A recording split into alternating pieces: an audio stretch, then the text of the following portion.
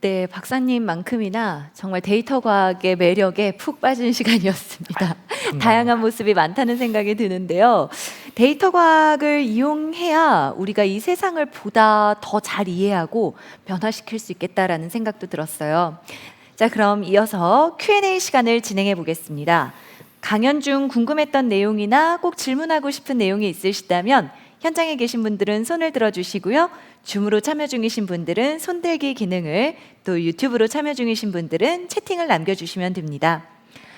그럼 줌으로 질문 먼저 받아볼게요. 네, 줌 참여자분 지금 화면에 떴고요. 네, 안녕하세요. 자기소개 후 질문 직접 해주시면 됩니다. 안녕하세요. 저는 인천예술대학교 1학년 박예원이고요.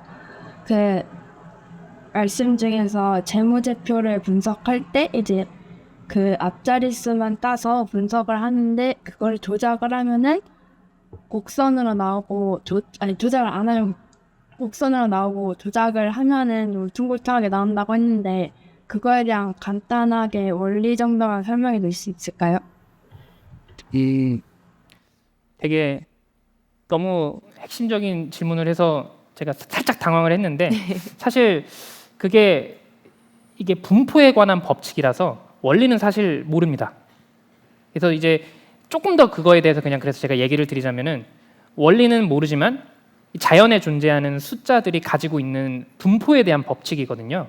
그래서 이제 재무제표뿐만이 아니라 예를 들어서 산의 높이 혹은 강의 길이 이런 것들에 대해서 가장 큰 자릿수의 글자만 떼놓고 보면은 저런 분포가 나온다라는 걸 찾아서 그걸 벤포드의 법칙이라고 한 거예요. 그래서 그 이유는 아직 모릅니다.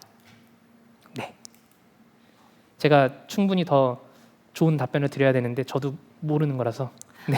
아닙니다. 이게 모르는 것 자체로도 아직 데이터 과학이 계속해서 나아가야 할 방향인 거기도 하고 그게 맞습니다. 지금의 현실인 거니까요. 네, 맞습니다. 네, 답변 감사합니다. 그럼 다음은 현장 질문을 받겠습니다. 손 들어주신 분 중 박사님께서 뽑아주시면 되는데요. 앞에 계신 분들 중 혹시 네, 저 오른쪽 열에 계신 손을 높게 드신 뒤에서 두 번째 분. 네. 네, 마이크 전달해 주셨고요. 역시 자기소개하시고 질문해 주시면 됩니다. 네, 세화고등학교 2학년 유하준이고요. 챗 GPT 같은 그런 인공지능 만들려면 데이터를 어느 정도나 모아야 하나요? 우와, 네. 굉장히 핫한 질문인데요. 그게 이제 챗 GPT에 대한 학습은 이제 모델이 또 다양하잖아요. 그래서 모델이 좀 더 큰 모델이 있고 예를 들어서 챗 GPT는 가장 큰 모델이 뭐 70빌리언의 파라미터를 가지고 있다라고 하는데 최근에 라마에서 나온 건 400빌리언까지 있어요. 그런데 이제 그런 것들은 훨씬 더 큰 데이터가 필요할 텐데 상대적으로 작은, 만약에 예를 들어서 저희 핸드폰 안에 들어갈 정도로 좀 더 작은 모델들이면은 훨씬 작은 데이터가 필요합니다. 그리고 그렇지만도 엄청 데이터 크기는 클 텐데 만약에 이제 이미 학습이 충분히 돼서 언어를 어느 정도 이해하고 있는 모델에서 저희가 추가적인 목적이 A라고 할 때 이 A라는 목적을 위해서 조금만 더 학습을 하려고 하는 걸 파인 튜닝이라고 하거든요. 그래서 그런 걸 하려고 할 때는 데이터가 적게는 한 수백에서 수천 정도만 있어도 학습이 가능한 걸로 알고 있습니다.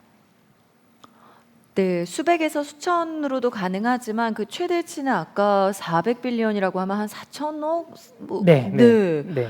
까지도 굉장히 범주가 넓다라는 것 같습니다. 답변이 됐을까요? 네. 네, 감사합니다. 자리에 착석해 주셔도 됩니다. 네, 그럼 다음으로 유튜브에서 질문 받아볼게요. 현철님께서 질문해 주셨는데요. 챗 GPT를 학습에 활용할 경우 부작용, 즉 창조력 저하 등 학생들의 학습 저하에 대한 단점이 있을 것 같은데 어떻게 활용하는 게 좋을지 물어봐 주셨어요. 챗 GPT에 대한 관심들이 뜨겁네요. 네, 그렇습니다. 저도 물론 늘 사용하고 있고 네. 조심스럽게 사용을 하고 있는데 매우 중요한 부분을 잘 알고 계시고요. 이게 챗 GPT를 하면은 너무 빠르게 답변이 옵니다. 그리고 너무 쉽게 오고요. 그 다음에 예를 들어서 제가 챗 GPT를 사용을 할 때 주로 저희가 사용을 하는 게 이렇게 아까도 얘기했다시피 긴 글을 간단하게 요약해주는 이런 거잖아요. 네. 그래서 이런 부분에서 사용을 할 때 아무래도 저희가 긴 글을 더 읽는 능력이, 그러니까 독해력이 떨어지고 이런 부분이 당연히 그런 부분이 이제 문제가 될 수가 있는 거죠. 네. 그래서 그런 부분을 염두에 두고 이제 문제 해결 능력을 키우는 목적에 있었을 때는 챗GPT를 사용을 하면 안 되겠죠. 하지만 내가 지금 다른 목적에 의해서 이 글들을 빠르게 정리해야 되고 이런 부분에 있어서 내가 적개적소에서 잘 활용을 하고 문제가 뭐인지 알고 있다면은 이제 그런 단점들은 충분히 이제 보완할 수 있다고 생각을 합니다. 네. 답변이 됐을까요? 충분할 것 같아요. 저도 궁금했는데 네. 이제 보통들 너무 활용을 너무 많이 해서 자기가 해야 될 일까지 떠넘기는 느낌인 거잖아요. 네. 그러니까 나의 일을 보조하는 정도로만 활용을 해야 한다. 네, 맞습니다. 네, 정도로 이해를 한 것 같습니다. 다음으로 줌 질문 또 받아볼게요. 줌으로 참여 중이신 분들 중 손들기 기능 눌러주시면 저희가 선별해서 띄우도록 하겠습니다. 소개하고 질문 남겨주세요. 안녕하세요. 원당고등학교 재학 중인 장준수라고 합니다. 제 질문은 그 챗 GPT 같은 AI가 학습을 할 때 특히 노래나 아니면 그림 같은 부분에서 창작자들의 권리를 침해해서 무단으로 데이터를 수집한다. 이런 이야기를 들어본 적이 있는 것 같은데 데이터 관련된 부분을 연구하시는 학자로서 이런 부분에 대해서 어떻게 생각하시는지 궁금합니다. 데이터 수집과 음. 저작권 뭐 이런 관련 이야기인 것 같아요. 네. 우선은 뭐 알게 모르게 모두들 쓰고 있었고요. 네, 이제 그게 수면 위로 올라온 것들이 몇 개가 있는 건데 아마 수면 위에 가려진 게 훨씬 많을 겁니다. 네. 그래서 지금 이런 부분들이 많이 이야기가 되고 있는데 저도 이제 데이터 분석을 하면서 코딩을 주로 하는데 이 코딩 데이터는 GitHub라는 곳에 보통 이제 개발자들은 오픈 소스로 다 자기의 코드를 공개를 해놨어요. 네. 그래서 공개를 해놓은 코드는 그러면 사용을 해도 될까요? 되지 않을까요? 그렇죠. 된다고 다 생각을 해서 이제 마이크로소프트에서 사용을 해서 이제 코딩을 도와주는 AI를 만들어서 사용을 했는데 갑자기 개발자들이 화가 나서 네, 법적으로 소송을 건 거예요. 아, 내 코드는 안 사용했으면 좋겠다. 어머. 네, 그랬는데 그 전에는 그런 관련 조항이 없었기 때문에 개발자들이 소송에서 졌어요. 아. 네, 아직 결과를 나진 않았는데 이제 지고 있는 방향이지만 네. 이제 그것 때문에 또 이슈가 돼서 겉으로 드러나는 부분에 대해서는 이제 원하지 않는 코드에 대해서는 사용을 하면 안 될 것 같다는 이제 그런 이제 오픈 소스에 관련된 것도 그 라이센스들이 이제 계속 생겨나고 있어요. 네. 그래서 앞으로는 그런 부분들이 지금은 이제 사람들이 관심이 없었기 때문에 썼지만 아마 점점 더 어려워지고 이제 혹시라도 몰래 썼다가 걸렸을 때는 어마어마한 손해배상을 해줘야 될 세상으로 가고 있는 것 같습니다.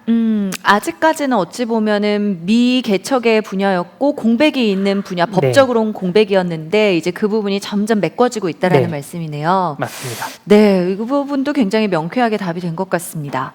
자, 계속해서 현장 질문 또 받아볼게요. 손을 굉장히 빠르게 드는 친구들이 많은데 한 분 또 이번에는 가운데 이 앞에 오른쪽 저랑 눈 마주쳤죠. 뒤에 분, 네, 검은색. 네, 검은색. 네, 맞아요. 지금 네, 본인 마이크 맞습니다. 어느 쪽에 있으시죠? 오른쪽 친구에게 마이크 전달해 주시면 되는데 일어나 주시면 네, 네, 맞아요. 일어나 네. 주시면 제가 감사합니다. 보고 있질 않아서요. 누가 먼저 든지를 모르겠습니다. 아유, 괜찮습니다. 예, 저는 경원중학교 2학년에 재학 중인 류상현이라고 합니다. 챗 GPT가 방대한 양을 가지고 있는데 그 데이터를 수집하기 위해서는 사람이 일일이 다 확인을 할 수는 없을 테고 그럼 그 데이터를 수집하기 위해서 코딩을 할 텐데 그 코딩이 약간 어떤 원리로 하는지 그런 게 궁금합니다. 네. 우선은 그 데이터를 이제 수많은 데이터가 있는데 사실 쓸 수 있는 데이터가 정말 많이 없어요. 그래서 얘기를 한 것처럼 이 데이터를 정제를 해서 쓸 수 있는 형태로 만드는 게 되게 중요한데 이 관련 분야도 이제 지금 계속 시장이 커지고 있고요. 이제 이걸 전문으로 하는 회사들도 되게 많이 생겨나고 있어요. 그래서 어느 기업에서 우리가 이런 데이터가 필요하면 너희가 가공을 해줄 수 있을 텐데 얼마면 되겠니? 그래서 그런 식으로 돈을 버는 회사들이 많이 있거든요. 그래서 계속 이제 그런 분야는 커지고 있고 이제 그 하는 방법이라고 한다면은 인공지능한테 그걸 시킬 수도 있어요. 근데 인공지능한테 시킬 때는 되게 퀄리티가 낮아서 조심스럽게 이제 사람이 잘 판단을 해야 되지만 어느 정도 좀 깔끔하게 학습이 많이 된 데이터들은 그렇게도 할 수 있는데 그렇지 않은 거는 이제 저 같은 데이터 분석가들이 일일이 눈으로 에러가 있는지 없는지 한 땀 한 땀 보면서 코딩을 하고 한 10,000개 정도에서 이상이 없겠다 하고 돌려봤을 때 그러면 10,000,000개에서는 아무 문제가 없겠지라고 하면 안 되고 10,000,000개에서는 또 10,000개에서 나오지 않았던 에러들이 또 있거든요. 그러면은 그런 에러들이 나타나는 경우를 미리 잘 상상을 해서 잘 코딩해서 예외 처리 같은 걸 해야 돼요.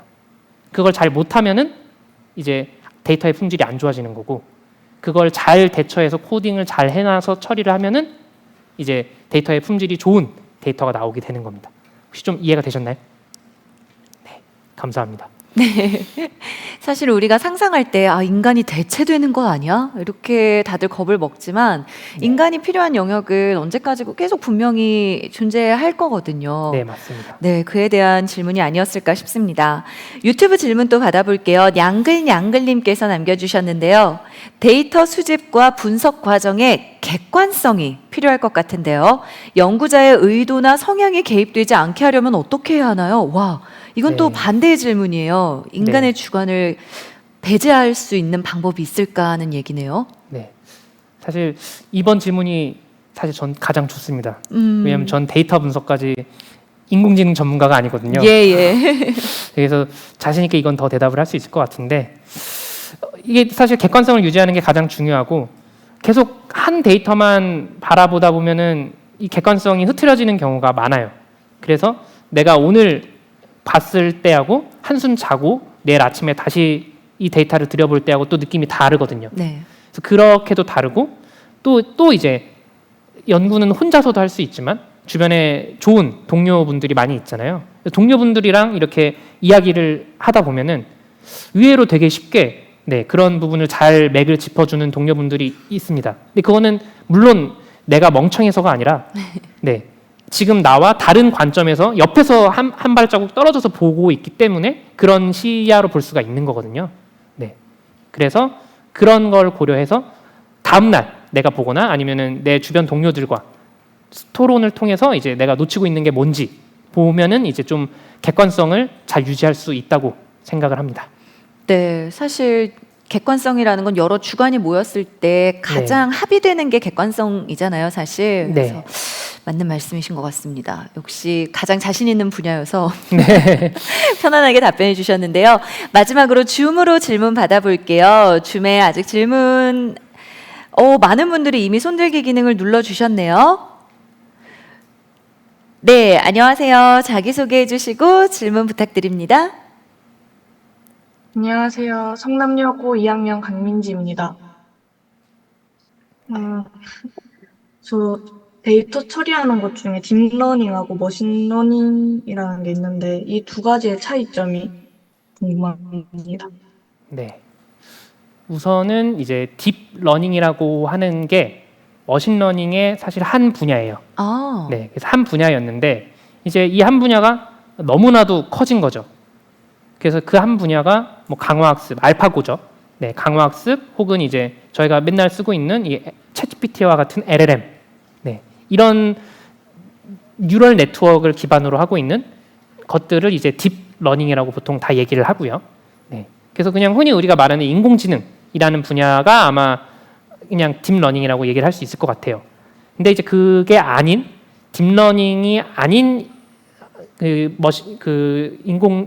머신러닝 기술들을 이제 보통은 다 그냥 우리가 상대적으로 그걸 머신러닝이라고 이제 이야기를 할 수 있을 것 같은데 사실상으로는 이제 딥러닝이 머신러닝 안에 포함되는 영역이라고 보면 됩니다. 혹시 좀 이해가 되시나요? 네, 정확한 정의를 다시 설명해 주셨어요. 근데 사실 쓰다 보면은 헷갈리게 되거든요. 정확히 잘 모를 때에는. 그래서 머신러닝의 한 분야가 딥러닝이었다. 네. 네, 라는 부분까지로 마지막 질문을 마무리하도록 하겠습니다. 박사님, 오늘도 너무 좋은 시간 함께 해주셨는데요. 저는 데이터 분석가입니다. 라는 아까 질의응답 중에 그 한마디가 저한테는 되게 와닿았어요. 아, 사람이구나. 결국 사람이 하는 거구나. 네. 이게 되게 와닿았는데 마지막으로 한 말씀 부탁드릴게요. 네.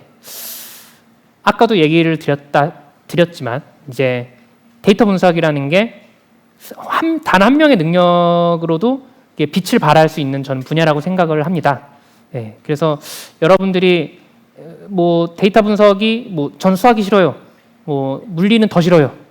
네. 이런 분들이 되게 많을 텐데 앞으로는 이제 코딩을 직접 하지 않더라도 네. 이런 LLM 같은 도움을 받아서 내가 아이디어가 가장 중요한 시대가 점점 올 거거든요. 그래서 이런 시대에 더 아이디어의 빛이 나는 결과를 내가 스스로 쟁취하고 싶다면은 데이터 분석을 멀리 두지 말고 내 옆에 이렇게 한 발자국만 옆에 두면서 계속 관심을 가지고 있으면은 그 빛이 내가 이제 발휘할 수 있는 날도 오지 않을까 저는 그렇게 생각을 합니다. 그래서 여러분들이 데이터 분석이라는 걸 한 발자국 옆에 계속 두고 앞으로 계속 공부를 하셨으면 좋겠습니다. 네, 참여해주신 분들께 분명한 영감이 되는 시간이었다고 생각합니다. 여러분, 김영진 박사님께 큰 박수 부탁드립니다.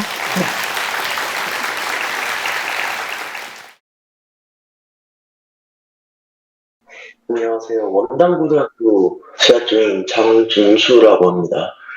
제 질문은 그 챗 GPT 같은 AI가 학습을 할 때 특히 노래나 아니면 그림 같은 부분에서 창작자들의 권리를 침해해서 무단으로 데이터를 수집한다.